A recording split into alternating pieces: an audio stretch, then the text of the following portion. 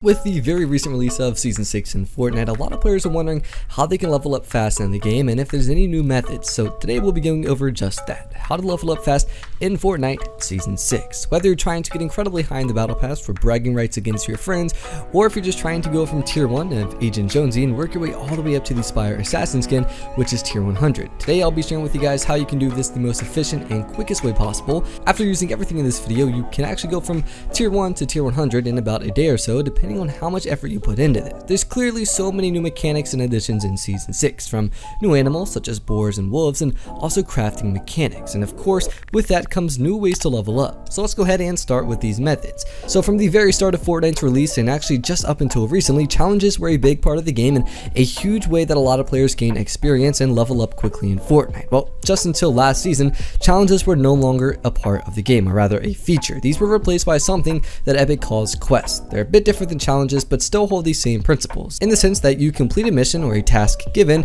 and you're rewarded with a certain amount of XP. Harder tasks give you more XP, and obviously vice versa. So we'll be looking at the XP quest and actually explaining a bit more of how you can use this to your advantage, and rather the best way to complete so many of these incredibly fast and receive a ton of XP. In my personal opinion, XP quests are actually going to be your biggest and best friend when it comes to leveling up quickly. So you can actually go ahead and see your XP quest simply by pressing the select button or back button when you're in the lobby of Fortnite. This will then prompt you with a list of all the quests that you have available to be completed. What I really recommend is you go ahead and actually complete the top ones that you are given, because these actually reward you with more XP. So pick maybe 2 or 3 or even 4 that you think you're able to complete in a game, and then we'll be doing just that. Now, I really recommend that you actually complete all of these challenges inside of a Team Rumble match. The reason being is because if you do this in a public game like solos, duos, or squads, well, obviously there's going to be a lot of pressure and people are just going to be going after you. You have 99 opponents against you, and this is going to make completing just random tasks way more difficult. Whereas in Team Rumble, you obviously have a team, and every time you get eliminated, you're able to respawn. That makes completing challenges, and rather quests,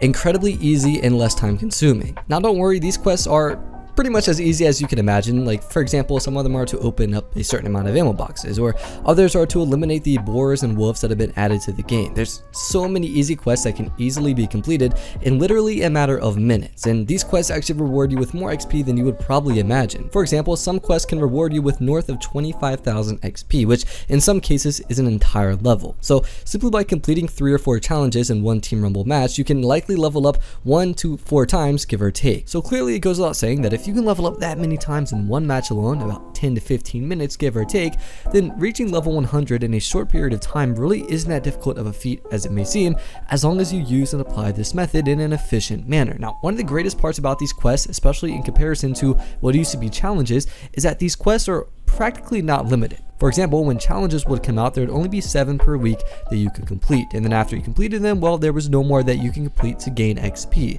Whereas quests, on the other hand, actually have a large amount in regards to how many there are. Now, I don't exactly know the specific number on how many quests there are, but there's well over 50. I would imagine anywhere between 50 to 100. Now, when you look at your quest list, you'll actually originally see there's maybe like 5 to 10, give or take, and you're probably wondering, where are the other quests? Well, for whatever reason, Epic does this kind of cool thing where there's actually secret quests that only can be unlocked by, well, starting them to begin with. So for example, let's say there's a quest where you have to consume like 5 apples, which actually is a quest. Well, you're not going to see this pop up onto your list until you actually eat an apple, and then it'll actually register that you have actually made progress for this quest, and it will now be a live quest. And this goes for pretty much all of them. So pretty much every single time you play a Team Rumble match to complete your other quests that you have set, well, you will unlock more quests every single time. And as stated, there is a large amount of quests that can be completed, so you'll consistently unlock them over and over again. Now, this is probably the best way in regards of getting XP over a long period of time. I would imagine most of the XP you receive in the levels you level up are going to be coming from quests alone. However, that's not the only method. One of the easiest ways to gain XP, it really takes like no effort at all, and the amount of XP you get is so significant.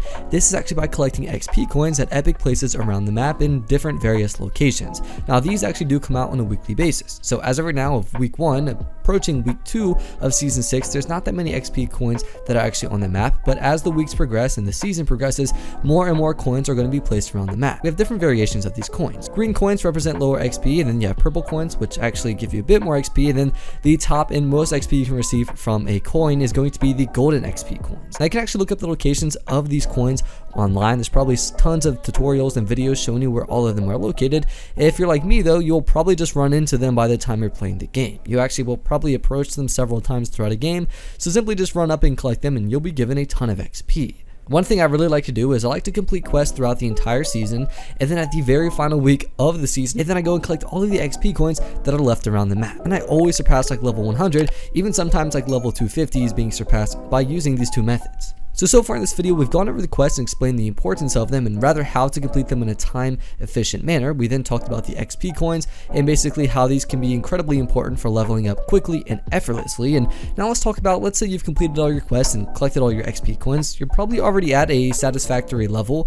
However, if you want to continue to level up for, say, bragging rights or to unlock maybe some of the secret variants of your skins, well, at this point, really just playing the game is going to be very important. Obviously grinding and putting a lot of effort and time into the game, but there's a few factors that really do play into getting a lot of XP per game. And these three things are going to be eliminations, time survived, as well as your placement. So obviously those are all self-explanatory. The more eliminations you receive, the more XP you will be given. So I don't necessarily recommend you play passively, because if you just sit around and play passively and don't get many eliminations, then clearly you're not going to get a lot of XP in return. I'd say maybe like 5 to 10 eliminations per game is pretty suitable.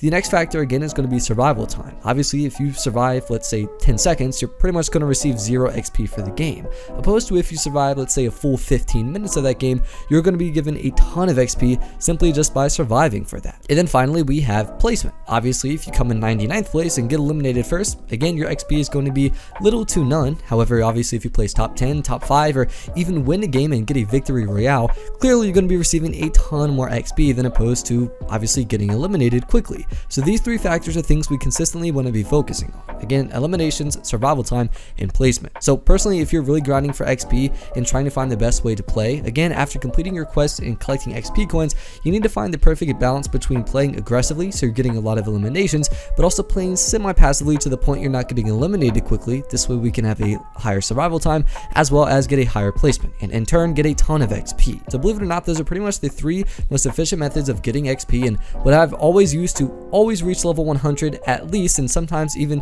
approaching level 250 if not 300 in the previous seasons. Now if you guys enjoyed today's video or found it helpful, a like would be beyond appreciated down below. And if you want to see more Fortnite content like this in the future, feel free to subscribe as well as turning on those post notifications. And to further support the channel, whenever you buy anything in the Fortnite item shop, make sure to use supported creator code ending-gamertag. Nonetheless, my name is ending-gamertag. Thank you all for watching today's video, and I'll see you tomorrow. Adios.